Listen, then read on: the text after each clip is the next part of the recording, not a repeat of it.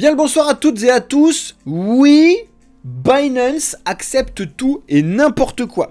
On se retrouve comme d'habitude pour faire le point sur les news macro éco crypto. Pas mal de choses que je vais vous expliquer, notamment la petite dinguerie autour de Binance, les petites dingueries qu'il y a autour de Bitcoin à 100 000 $ d'ici le mois d'avril, ou alors le Bitcoin qui perd 40 à 50% d'ici le mois d'avril. Je t'explique tout ça, on va regarder tout ça ensemble bien évidemment.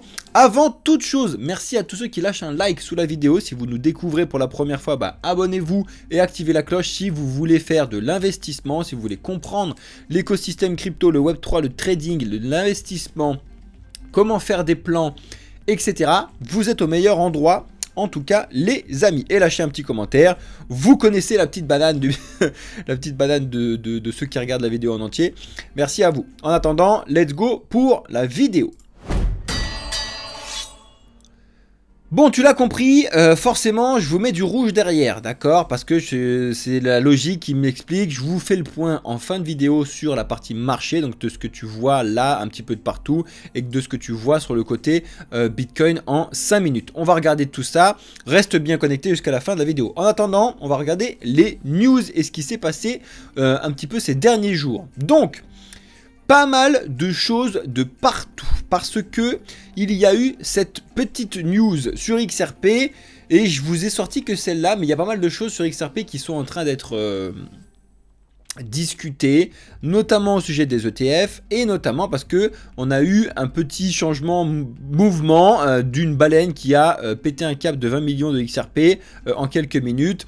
Je vous envoie toutes les informations dans le Discord comme d'habitude. En tout cas, si vous voulez comprendre un petit peu ce qui se passe, vous avez aussi toute la discussion qui a été faite sur Finball. C'est intéressant parce que le XRP fait partie des projets qui sont plus sur la family, donc les gens qui l'ont adopté, que sur la techno. Malgré le fait qu'ils essayent de racheter beaucoup de projets actuellement pour justement rééquilibrer ce retard de techno qu'ils ont eu pendant les années de procès là, ils sont toujours en procès et tant qu'ils sont en procès, ils ne peuvent pas faire totalement et complètement ce qu'ils veulent. Donc on va suivre ça et on va bien évidemment vous tenir au courant au fur et à mesure. Ça, c'est une très très grosse annonce qui fait flipper quand même, je vous l'explique.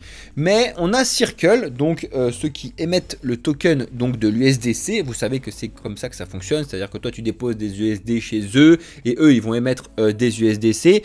Et en fonction de sur quelle chain ils se mettent en natif, eh ben, tu vas pouvoir le faire sur telle ou telle chain. Bref, là ils viennent de décider qu'ils ne font plus et ne feront plus et ne mettront plus à disposition des USDC sur Tron. Donc c'est très flou du pourquoi et du comment, mais en tout cas ils expliquent que ce serait potentiellement des soucis d'entreprise et potentiellement en gros qu'ils ne feraient pas trop confiance au système Tron, donc de Justin Sun et toute la clique là, sur l'avenir. Ça met de grosses questions, mais quand on a un gros stablecoin comme l'USDC, alors c'est pas Tether non plus, mais bon, quand on a un gros stablecoin sur l'USDC, qui est le numéro 2, qui part comme ça, entre guillemets, d'un projet, ça mène une réflexion importante sur tout l'écosystème Tron, d'accord? Ça n'est pas juste Tron qui est en perdition, entre guillemets. On regardera un petit peu, si ça vous intéresse, bien évidemment ce qui s'est passé dessus, mais en tout cas, il faut surveiller l'écosystème derrière, parce qu'il y a des gens qui adorent un projet mais ils savent pas qu'il est développé grâce à Tron ou en collaboration à Tron, et quand ça tombe, eh ben, ils disent qu'est-ce qui se passe, eh ben, parce que c'était Tron qui était dessus. Bon, ok, très important, on continue parce que sinon on va pas s'en sortir. Mais on a deux nouvelles news sur MetaMask, comme quoi franchement tout va bien sur MetaMask, de plus en plus de gens qui s'inscrivent dessus. Encore une fois, on est vraiment très loin des chiffres que les gens balancent, genre 10% des Français utilisent utilisent les cryptos, etc. Il y a à peine 31 millions de comptes, d'accord? J'en ai déjà moi-même des MetaMask, je dois en avoir une dizaine, d'accord? Donc comprenez aussi un truc, il ne faut pas se gourer. D'accord, faut vraiment pas se gourer. Il faut que je revoie parce que je sais plus s'ils disent que c'est le nombre de comptes ou le nombre de personnes, mais en même temps tu sais pas vraiment si c'est le nombre de personnes ou le nombre de comptes, parce que de toute façon je peux créer plein de comptes en étant... Bref, on s'en fout. Mais on est vraiment très loin d'avoir une adoption de masse dans l'écosystème crypto, donc il faut pas s'emballer l'astico les amis. Plein de airdrop. J'ai l'impression que j'ai jamais entendu le mot airdrop autant qu'en 2024. Déjà qu'en 2023 on l'avait beaucoup entendu, mais en 2024 c'est un délire. En même temps c'est bien parce que les gens commencent à s'intéresser à ce que c'est que la dilution, à ce que c'est que la notion de token, à ce que c'est que la notion de crypto, etc. Comme d'habitude, vous savez pourquoi le projet Optimism je ne l'aime pas beaucoup, c'est par rapport à sa tokenomique en termes d'investissement. Attention, en termes de revenus passif, optimisme directement quand tu fais du stacking, pourquoi pas, mais du coup ça les fait bloquer, blablabla, tu connais toute la chanson, en tout cas on pourra en discuter ensemble. Mais bon, vous savez qu'il y a un nouveau airdrop, 10 millions d'optimisme sur 22 000 adresses, regarde si tu es éligible ou pas, mais en tout cas ça fait beaucoup de bruit sur l'écosystème de Optimism, donc du layer 2, Optimistic Network. Bref. Beaucoup parlent d'avoir un Cardano qui va péter les 8 $ à partir de avril 2024. Donc c'est bientôt, hein, tout se joue en avril 2024. Comme par hasard, c'est le moment du halving de Bitcoin. Hein. Si vous voyez des annonces de partout qui parlent d'avril, c'est parce qu'en fait on a le halving à ce moment-là. D'accord? Donc tout le monde est en train d'expliquer qu'il va se passer plein de choses au mois d'avril. Oui, il va se passer plein de choses. De là à dire qu'on sera à 8 $ sur le Cardano, ça fait un peu péter un câble, sachant qu'on va revenir dessus tout à l'heure, mais le Cardano est à 50 centimes actuellement, d'accord? 8 $, je pense que c'est largement faisable sur un bull run, sur le Cardano, de faire un x10, x20, c'est ce qu'on a plus ou moins prévu avec les premiums. Si ça t'intéresse de savoir un petit peu les prévisions de ce qu'on fait, c'est pas du tout des prédictions, c'est une différence. Bref, en tout cas, prends le premium si ça t'intéresse, tu as toutes les informations dans le Discord, et bienvenue à tous les nouveaux premiums actuellement, ça fait plaisir. Bref.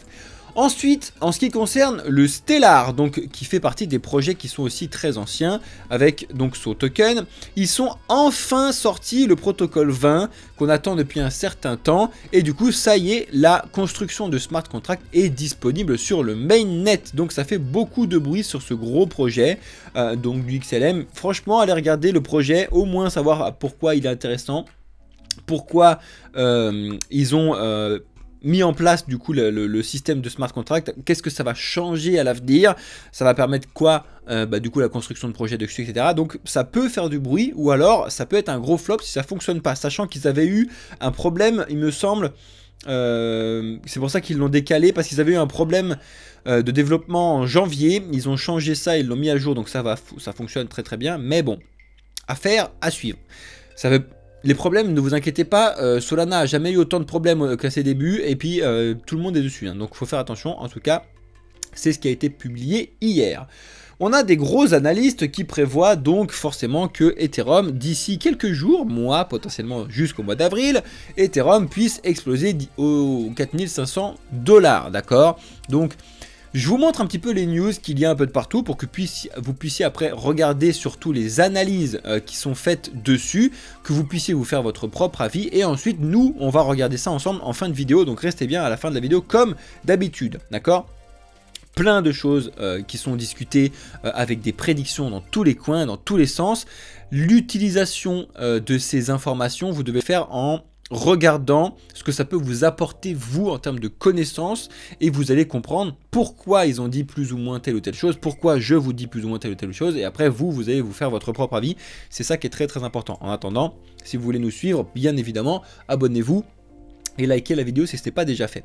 Ça, c'est encore une grosse nouvelle dans le monde de l'adoption crypto en Suisse, mais on a Post Finance qui va lancer une nouvelle offre dans le domaine des cryptos. Ils vont permettre à 11 cryptos à partir d'aujourd'hui donc de pouvoir être achetés directement via leur service bancaire. Alors vous vous doutez bien que c'est pas si magique que ça, mais il va y avoir un accès du coup à une banque de crypto pour pouvoir permettre à ces investisseurs de pouvoir acheter directement dessus. Alors bien évidemment, il va y avoir des frais dans tous les coins. S'ils veulent acheter des cryptos, vaut mieux le faire directement tout seul. Vous connaissez un petit peu la chanson, mais comme les ETF, ça permet au moins petit à petit d'avoir des gens qui vont aborder de plus en plus de choses. Alors Post Finance, c'est pas un énorme gros truc, hein, c'est pas la Société Générale qui d'un coup présente le truc, mais bon bref, ça fait partie des news qui sont intéressantes et qu'il faut savoir lire et comprendre pour l'année 2024. Quelles sont les cryptos qui sont prometteuses en 2024? Alors bien évidemment, moi j'ai envie de le savoir tout comme vous, et j'ai envie de vous dire, c'est pas juste avec une news comme ça qu'on va le savoir. Mais par contre, c'est intéressant de voir un petit peu quels sont les cryptos qui sont ping à chaque fois, et d'aller faire ses propres recherches. Et pour le coup, ils n'ont pas sorti leur Scape Mania, donc ça fait plaisir. Ils ont sorti le Tao, donc avec la crypto de BitTensor. Il faut regarder à quoi ça sert. Ils ont sorti le Stax, qui résiste à une correction du marché actuellement. Ils ont sorti le Nime, ils ont sorti le Wikan et le Telos. Alors le Telos, pour le coup, je ne connaissais pas bien cette crypto là, il faut que je fasse beaucoup plus de recherches dessus. Autant les autres, je les ai déjà vus un certain nombre de fois, mais il faut faire ce type de recherche. Quand vous voyez ce type de crypto dans ce type de magazine de news là, plus ou moins macro là, il faut regarder au moins à quoi ça sert, à quoi ça correspond, et il faut essayer d'engranger quelque chose, savoir que ça c'est mis au grand public. Donc s'il y a plein de gens qui le voient, ça peut être intéressant ou non de s'intéresser enfin de regarder l'avancée du projet après ces news là, d'accord? Parce que là il y a beaucoup plus de monde qui peut regarder un petit peu ce type d'informations. Bref, regardez un petit peu le type de projet, faites vos propres recherches comme d'habitude. Le monde du NFT est en plein pétage de câbles parce que on a la collection des Pudgy Penguins qui a dépassé en termes de floor price celle des Bored Ape Yacht Club, des Beyak. Donc c'est assez incroyable. Vous savez que ça fait partie des collections NFT pardon, qui fait énormément de bruit, enfin qui font énormément de bruit en ce moment. Et du coup, bah, félicitations à ceux qui ont acheté des Pudgy Penguins quand c'était encore à 2, 3, 4 Ethers, parce que vous pouvez les vendre à 22 Ethers maintenant. Donc félicitations les amis. Je sais pas si ça va rester aussi haut, j'en sais rien. Encore une fois, c'est des choses qui ne servent pas à grand chose, et c'est malheureusement... J'adore les NFT, j'adore la technologie des NFT, j'adore ce qu'on peut faire avec, mais il faudrait du moins pouvoir la présenter aux gens qui connaissent l'écosystème crypto plutôt que de balancer aux informations. Un pingouin vient de dépasser un singe. Voilà, c'est à peu près ce qui se passe aux informations. La valeur des pingouins est au-dessus de la valeur des singes. Bref, c'est des trucs débiles que tu vois dans les informations et ça me fatigue. Bref, en attendant, pas mal de choses. Ça c'est énorme, mais on a la grosse collaboration entre Filecoin et Solana qui vient d'être acceptée et mise en place de partout. Regardez de très près un petit peu ce tweet et bien évidemment ce qui se passe chez Solana et chez Filecoin. Qu'est-ce que ça change, qu'est-ce que ça met en place, parce que c'est un gros signe. Quand on a des grosses collabs de projets Layer 1 comme ça, il faut regarder à quoi ça correspond. Pourquoi? Parce que ça peut mettre aussi en place un certain nombre de failles de sécurité. Je l'ai déjà vu sur certains projets. Alors là, normalement non, parce que c'est des gros trucs et c'est pas, enfin c'est juste une collaboration, c'est pas une intégration. Mais bon, bref, regardez comment ça fonctionne quand même. Et surtout, regardez un petit peu pourquoi ils l'ont fait. C'est important parce que normalement, c'est censé être des concurrents, d'accord? C'est censé, ils sont censés essayer de s'améliorer les uns les autres tout seul, alors que là de pouvoir faire une collaboration ensemble, ça fait partie des choses qu'il faut surveiller, d'accord? Donc regardez, d'ailleurs on ne suivait même pas Filecoin, voilà, comme ça au moins c'est suivi.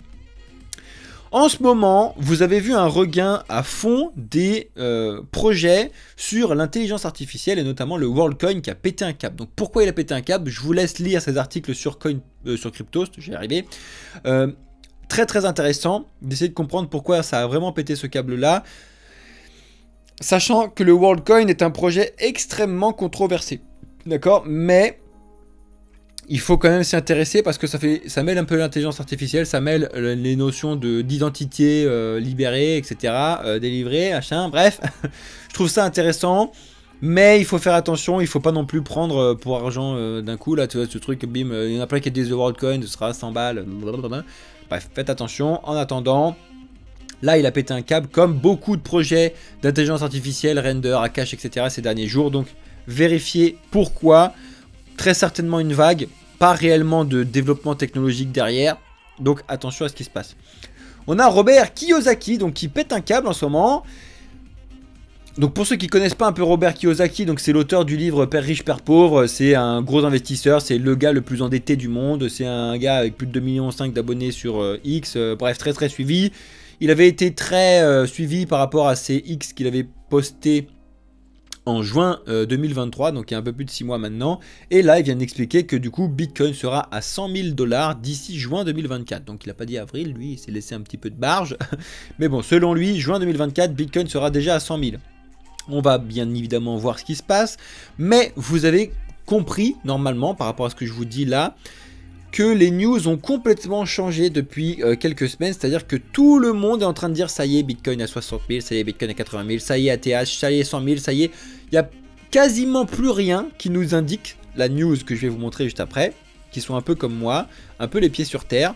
le Bitcoin devrait respirer aux alentours des 20, 28, 32, à savoir du coup de respirer de 40%. C'est énorme par rapport à ce qu'on a actuellement. Mais tu en as beaucoup. Donc là, c'est Michael Van de Pop qui explique que potentiellement Bitcoin pourrait respirer beaucoup et de à peu près 40%. Alors qu'est-ce qu'ils me disent? Je sais plus où est-ce que je l'ai vu. Regardez un petit peu toute cette explication là. Voilà. De au minimum 20% jusqu'à 40% depuis les 53-58. Et donc de respirer carrément. On va voir ça ensemble juste après. Qu'est-ce que ça signifie? Où est-ce que ça l'amènerait le Bitcoin, etc. Et surtout, qu'est-ce que ça signifie sur les altcoins? N'oubliez pas que quand Bitcoin perd 70%, les altcoins perdent 99%. Donc si Bitcoin perd 40%, il y a potentiellement beaucoup de chances que les altcoins prennent 70%. 70%, c'est énorme. Mais c'est aussi exactement ce qui s'est passé en 2019, d'accord? Donc regardez, le passé est important à connaître, mais ne reflète en aucun cas l'avenir. On continue parce que sinon on ne va pas s'en sortir. Il y a énormément de fake Rabbi Wallet qui tournent sur vos téléphones. Donc, c'est très simple. Si vous voulez mettre des wallets, vous les foutez pas sur vos téléphones, point barre. Sur vos téléphones, si vous voulez, vous pouvez faire vos achats et vos ventes, allez, à la rigueur, avec vos comptes donc de plateforme, donc Binance, KuCoin, MEXC, etc. Si vous voulez. Mais si vous voulez avoir des wallets sécurisés, vous les avez sécurisés autre part. S'il vous plaît, ne foutez rien sur vos téléphones. Nos téléphones, en termes de sécurité, c'est de la grosse merde en barre, d'accord? J'ose le dire, voilà, désolé YouTube, c'est comme ça. Donc, vous voulez avoir de la sécurité, ne mettez pas des fantômes, MetaMask, etc. sur vos téléphones. Vous les mettez sur vos ordis, avec des ordis sécurisés, VPN, machin truc, etc. Et surtout, le mieux, c'est avec des ordis le moins connectés possible, le moins utilisés possible le jour. Vous savez que je suis un peu un hardcore de la sécurité, mais en même temps, j'ai vu trop de trucs, donc voilà, c'est comme ça que ça fonctionne. Bref, faites attention. Il y a des faux Rabbi Wallet qui tournent sur iOS, donc vous ne faites pas avoir, s'il vous plaît. Donc c'est un peu moins d'actualité aujourd'hui, mais on a la barre des 2000 milliards qui a été franchie sur l'écosystème crypto ces derniers jours. Maintenant que Bitcoin a respiré un petit peu, on est repassé en dessous des 2000 milliards, on est à 1 milliard 970 milliards. Bref, mais c'est important parce que on n'a pas l'engouement qu'on a eu au moment d'un bull market. Au dernier bull market, on a dépassé les 3000 milliards, limite les 3000 milliards, 500 milliards, enfin bref, on s'en fout, 3500 milliards, je crois, on avait dépassé à peu près. Et on avait réellement des vrais bull flags de partout. Là, ça monte, mais il n'y a pas vraiment d'engouement de ouf, il n'y a pas de bull run en fait. Donc voilà, on est sur un mini bull run comme on a déjà eu en 2019 et au moment où tout le monde pense que ça va péter un câble à la hausse, et bien ça se viande les dents, on verra bien ce qui se passe, mais en attendant, tout ce que je vois là depuis certains jours, semaines, me fait mettre la lumière rouge bien violent derrière, on en discute juste après. L'affaire Binance arrive les amis. Effectivement, je voulais vous parler de ça, c'est ce que vous avez vu dans le titre de partout là, je voulais vous le mettre plus ou moins milieu, fin de vidéo. Binance, ils sont à fond pour pouvoir accepter tout ce qui se passe. Pas pour rien que je vous ai mis ça dans le titre. Je m'explique. Depuis que CZ est parti et depuis qu'ils ont accepté, donc ils ont vraiment accepté de payer 4 milliards et quelques sur le blanchiment d'argent qu'ils ont fait au tout début, parce que c'était un truc qui revenait sur 2018, bref, etc. Et là, ils acceptent, et c'est assez grave, enfin, ils sont en train d'accepter d'être surveillés à fond les ballons. Donc surveiller à fond les ballons, ça signifie quoi? Ça signifie deux choses. Ça signifie que tous nos comptes sont plus ou moins surveillés. Donc si jamais il y en a encore qui essayent, grâce à Binance, d'éviter les impôts, surtout chez nous en France, eh ben, bonne chance les amis. Mais surtout, tous nos faits et gestes sont vérifiables avec Binance. Donc faites attention. Vous vous en servez uniquement pour acheter et vendre et puis après vous les sécurisez s'il vous plaît. Mais beaucoup trop de surveillance. Et moi la surveillance c'est pas forcément sur les achats et les ventes qui me pose problème. C'est la surveillance sur qui on est, quand, quoi, où. Alors oui, ça permet aussi de pouvoir retrouver certaines choses. Oui, on est d'accord. Mais le problème c'est que du coup après la liberté on l'emmerde. D'accord. Alors que les valeurs d'écosystème crypto c'est quand même la pseudonymité. d'accord? Ça, je pense qu'on en a réellement besoin. Et d'ailleurs, Binance, dans leurs acceptations, je sais plus où je vous l'ai mis, c'est juste là, je vous en parler juste après, mais ça y est, donc le 20 c'est passé, c'était hier, et du coup ça y est, vous ne pouvez plus trader de XRMR, de VAI, de Multi, de Ant, donc qui sont des cryptos qui sont axés sur l'anonymat complet.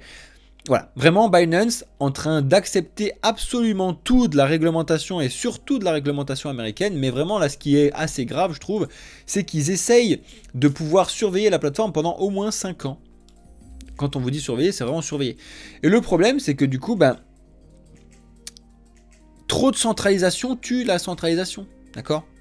Vraiment, c'est une catastrophe. De réglementer autant que ça, ben, les gens, ils vont pas être bêtes. Les gens, ils vont partir petit à petit. C'est pas pour rien qu'il y a BitGate qui récupère énormément de volume de trading. C'est pas pour rien que ces différentes plateformes-là récupèrent beaucoup de volume de trading. Parce que les gens quittent Binance petit à petit parce qu'ils disent, bon bah en fait non, moi je suis dans l'écosystème crypto parce que ça me permet d'être pseudonyme, c'est un peu dommage, je suis en train de le perdre carrément, d'accord?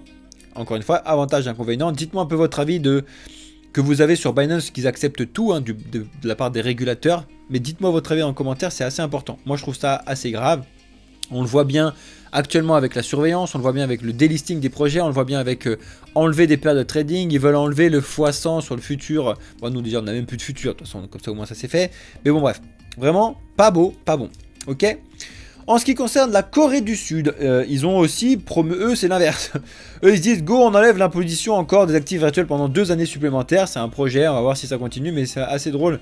C'est un peu comme Hong Kong à l'époque, mais t'as des lois qui sont très restrictives et d'un coup t'as des lois qui sont très laxistes, tu te dis bon ok, vous allez dans quel sens vous? Sinon. Swissborg lance sa thématique gaming. Alors pourquoi je vous montre cette news deux fois? Déjà parce que Swissborg c'est énorme et ensuite parce qu'en fait ils permettent du coup à de grands projets de pouvoir avoir de la liquidité sur et de la mise en avant du projet. Du coup forcément si tu vois ce projet plus là ou lui, on va voir un petit peu comment ça fonctionne, ok. En attendant, je voulais vous montrer le deuxième point, comment est composée la thématique du gaming actuellement. Vous avez les différents gros projets qui sont axés là-dessus. Alors bon, bien évidemment ils ont mis le Borg de Swissborg, mais bon bref, ce qui m'intéresse c'est qu'il y a le ILV qui est toujours là, le GMT de Steppen, personne n'en parle, mais il est toujours là, il fait toujours de la performance, fonctionne très très bien. J'utilise j'utilise un peu moins Steppen actuellement parce que j'y pense un peu moins, mais bon bref. La partie sur Avalanche, je vous ai déjà dit qu'il y avait beaucoup de projets gaming développés sur Avalanche, c'est pour ça que ça avait fait beaucoup de bruit en octobre-novembre. On a Immutably X aussi, hein, donc qui est un layer 2, mais bon bref, avec beaucoup de développement là-dessus. Le BIM qui fait énormément de bruit actuellement. On a le YGG qui repart à la hausse un petit peu. On a le Magic, etc. Bref, regardez un petit peu ces différents. On a le Xai Game aussi qui fait pas mal de bruit. Ça vous montre déjà des thématiques de construction de projets gaming. Et le fait que Swissborg les soutienne, entre guillemets, je trouve ça d'être des bonnes nouvelles. Ça aussi, on va en parler ensemble, si vous voulez. Je vous mettrai ça dans le Discord avec un peu plus de... Il me faut un peu de temps là, mais je vais vous expliquer un petit peu les différents projets attendus en airdrop cette année, d'accord? Donc, il y en a beaucoup, ZK Sync, Layer 0, Magic Eden, Eigenlayer, Berachain, Taiko, Blast, Evo... Puffer Finance, Etherfi, Backpack et Friends.tech. Alors ça je vous montrerai un petit peu tous ces trucs là avec donc le différents types d'investissements qui sont en train d'être mis en place, les différents investisseurs plus ou moins connus, donc forcément avec les derniers qui sont beaucoup plus petits, mais bon encore une fois c'est pas annoncé officiellement, du moins pas sur tous. Il va falloir regarder un petit peu ces trucs là parce que je sais que vous êtes beaucoup sur les airdrops et on va revenir dessus sur la partie marché. Bon, la vidéo elle va durer 70 ans, il faut que je me dépêche un peu. Là, ça fait partie, donc les deux dernières news, je vous ai fait des vidéos type short, réel, TikTok, regardez-les, c'est hyper important les amis, pardon. On a Bruno Le Maire qui se fout littéralement de notre gueule en expliquant, bah, là c'est vraiment nous en France, hein. Il explique qu'il faut récupérer de la thune parce que en fait, qu'est-ce qui est dit derrière ce truc là? Ce qu'il vous a dit un peu partout là. Il a dit bah en gros on a des grosses merdes sur la gestion du budget à l'État, et bah du coup on va avoir besoin de trouver 10 milliards. Oui bah du coup nous on paye des impôts pour que vous soyez pas des grosses merdes normalement, hein, sauf que du coup c'est un peu que... Prenez des analystes financiers, sauf que pour prendre des analystes financiers chez vous, bah, il faut savoir les payer bien, du moins trouver des trucs à peu près. Bref, on s'en fout. Mais là, ce qui me fait rire, c'est qu'il te cache le truc, il te dit, vous inquiétez pas, ce sera que sur le budget public, et puis en fait, tu te rends compte que ça va te toucher toi directement, parce que si tu veux faire du budget formation, bah bam, tu vas devoir payer un petit peu. Si tu veux toucher des aides sur tel ou tel truc de financement d'entreprise, de machin truc, bah bam, tu vas toucher un petit peu. Bref, c'est une catastrophe. 10 milliards, ça te paraît pas beaucoup dans le monde, mais pour la France, c'est énorme. Et ça me flingue qu'ils te disent, bah on va le prendre chez vous finalement, voilà.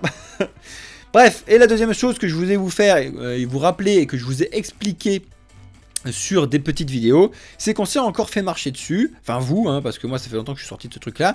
Ils avaient annoncé normalement pendant très longtemps, et ça avait fait une grosse pub, le livret A va passer à 4% parce que l'inflation, parce que bidule chouette. Ils ont dit, ils nous ont tous chié dessus en disant le livret A va rester à 3% au minimum jusqu'à janvier 2025, donc on se tape encore un an sans augmentation.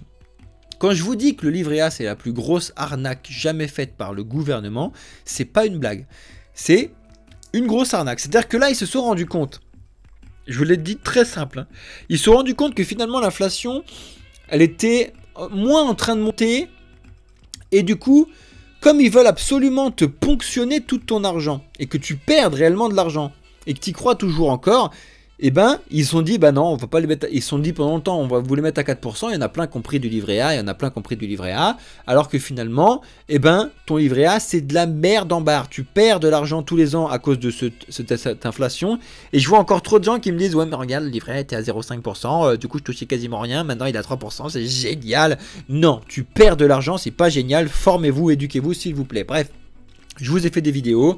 Et si jamais vous voulez faire du bon investissement, rejoignez le premium. Oui, ça coûte de l'argent, mais au moins c'est de l'argent qui va vous permettre de comprendre. Et si vous comprenez, vous allez faire des investissements éclairés, les amis. Voilà. Donc, ça c'était la partie news. En ce qui concerne les informations macroéconomiques, vous savez qu'aujourd'hui c'est la semaine du FOMC, donc la minute du FOMC qui est très très important à suivre en ce moment parce que c'est le bazar niveau gestion de l'inflation. Et du coup, là, vous allez avoir un live et vous allez avoir des vidéos directement sur ce qui se passe actuellement avec Alex, donc le cofondateur de Blockchain Capital avec moi, sur la partie trading de ce qui se passe actuellement, les résultats Nvidia, etc. Regardez ces types d'informations.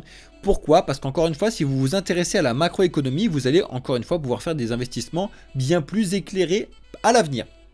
En ce qui concerne les crypto, donc vous le voyez, on est quand même sur du rouge entre hier et aujourd'hui, sur beaucoup de projets, notamment l'Optimisme, le Solana, mais on a certains projets qui continuent de faire n'importe quoi, à savoir le BNB, notamment parce qu'en fait beaucoup de gens adorent les airdrops et adorent les launchpads, surtout ceux de Binance. Donc qu'est-ce qui se passe? Les gens ne vendent pas du BNB, les gens ils en achètent pour pouvoir le stacker, pour pouvoir avoir ces trucs là, donc le BNB monte. Là où Bitcoin, justement à côté de toi, tu le vois, est encore en train de respirer de beaucoup. Bref, en ce qui concerne aujourd'hui,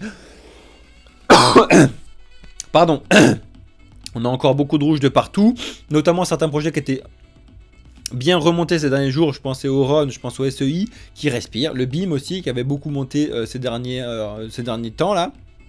Et on a quoi, ça a vachement bougé, mais bref, intelligence artificielle devant tout le monde, hein, le FET, le Render, etc. Le WorldCoin, bref, je vous en ai parlé, le File, forcément avec l'annonce qu'ils viennent de faire, et on en a des gros qui respirent le PIT. En même temps, il fallait qu'ils respirent le PIT, les amis. Et ça fait pas, on ne peut pas faire que monter. Surtout en ce moment. En bull run, on peut monter pendant longtemps, mais on ne peut pas faire que monter. C'est-à-dire qu'il y a un moment où il n'y a plus d'acheteurs. Bref. En ce qui concerne les marchés, donc, je reprends Bitcoin. Pour l'instant, ben, so far so good, exactement ce que je vous disais se passe parce que c'est logique. Je vous ai dit, il n'y a absolument aucun monde où c'est possible que Bitcoin continue de monter. D'accord? Je vous avais dit, il n'y avait que deux scénarios. Et je vous dis ça depuis qu'on en est ici. Donc depuis qu'on est mercredi 14 février, à Saint-Valentin. Je vous ai dit uniquement deux scénarios possibles. Le premier, c'est de stagner à 1000 milliards de market cap. C'est exactement ce qui s'est passé pendant une semaine. D'accord? Pile poil. D'accord? On a eu un peu de respiration, on est revenu. Là, on est encore en train de respirer, d'accord? On est encore en train de retaper pile poil les 1000 milliards de market cap. Est-ce que on va les lâcher ou est-ce qu'on va s'en servir pour rebondir beaucoup plus haut? La macroéconomie, encore une fois, nous dit que ça n'est toujours pas possible de pouvoir rebondir. C'est-à-dire qu'il n'y a pas d'impression de billets, il n'y a pas de trucs qui font que les gens ont envie d'acheter du Bitcoin. Des nouveaux gens actuellement, d'accord?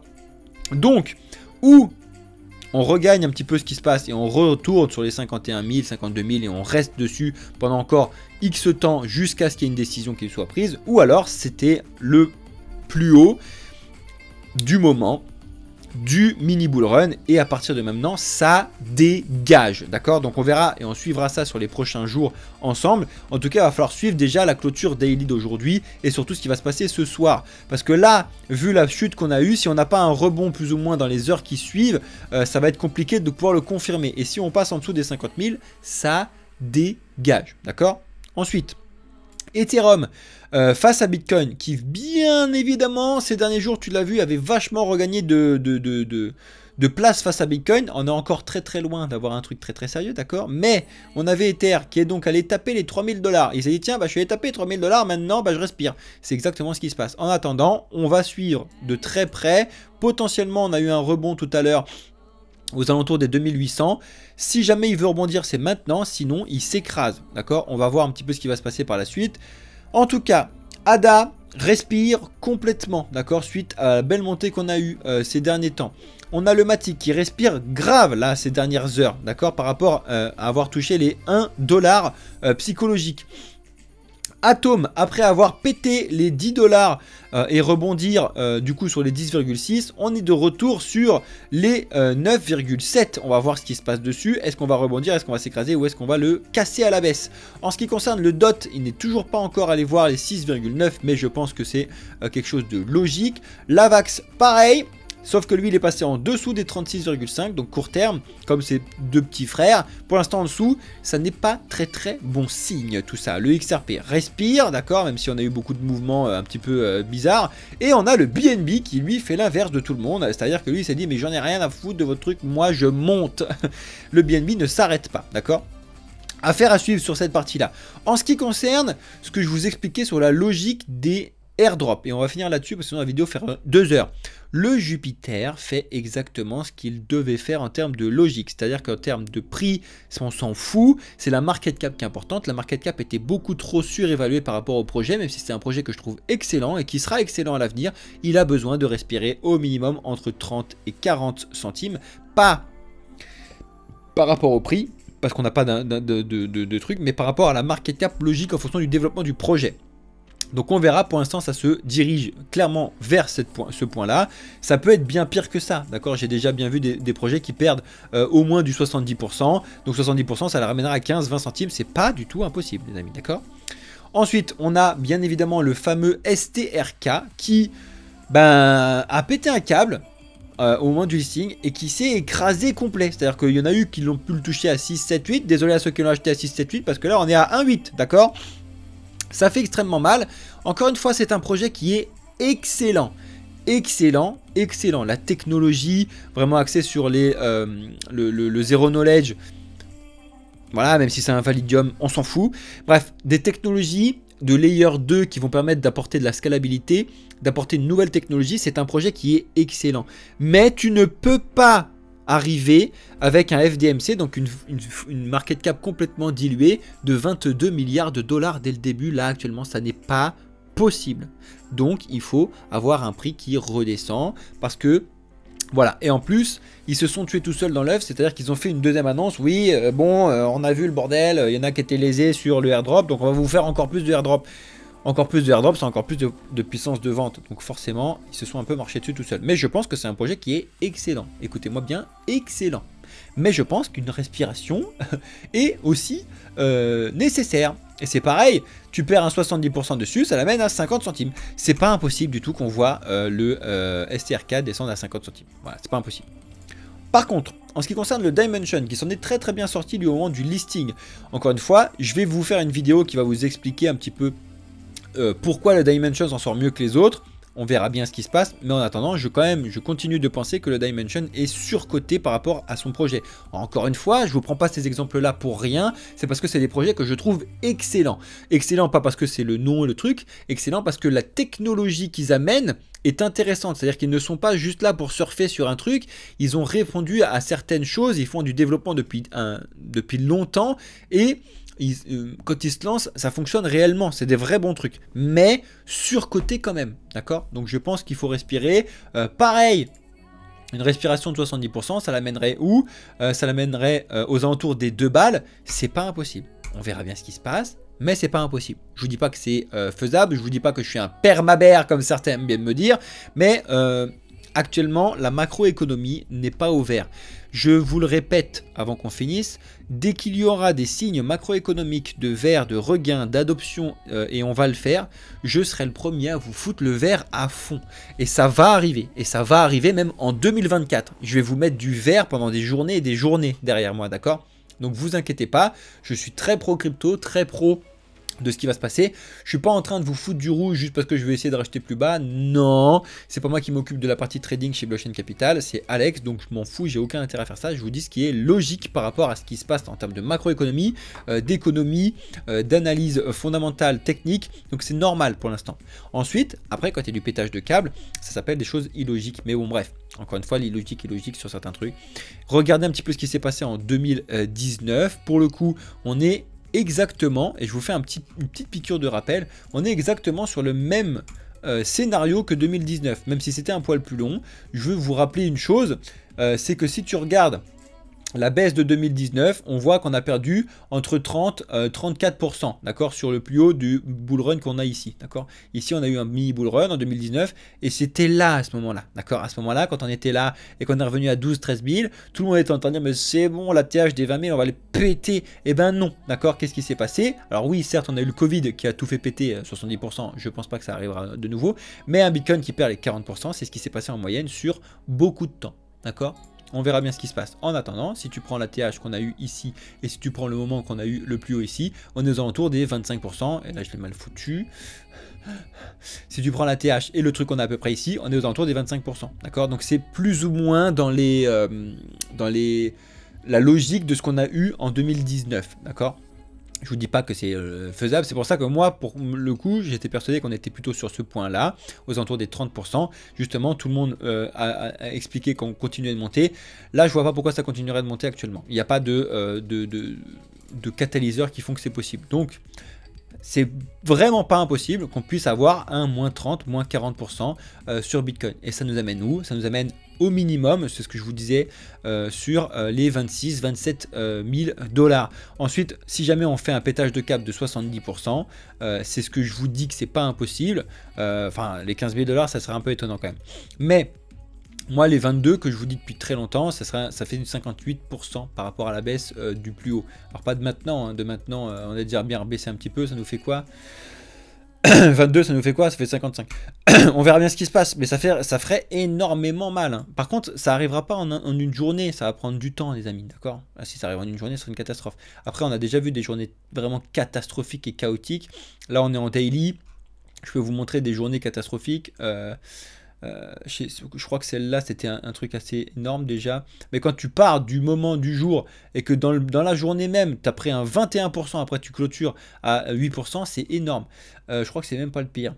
On a des trucs un petit peu énormes qu'on a déjà eu et même qu'on avait déjà eu, mais je crois que le pire, je crois que c'était ça de toute façon. Je crois que le pire, c'est le Covid. Le jour du Covid, de l'annonce mondiale du Covid, le Bitcoin quand même il a pris dans la tronche un 40% en une journée. Voilà, bonne journée les amis. Tout s'est passé bien, tout va bien. Donc ça fait mal et ça peut arriver. Ok? Oui, la vidéo est longue, mais les statistiques vous montrent et me montrent que les vidéos longues, ça fonctionne très très bien chez vous. Donc merci à tous ceux qui ont liké la vidéo. Si vous avez regardé cette vidéo spécialement en entier, lâchez une banane. Ou sinon vous mettez banane. Ça me flingue quand il y a des gens qui mettent banane parce qu'ils n'ont pas trouvé l'emoji banane. Bref, c'est le petit délire de la société Blockchain Capital. Bref, on regardera ça ensemble comme d'habitude.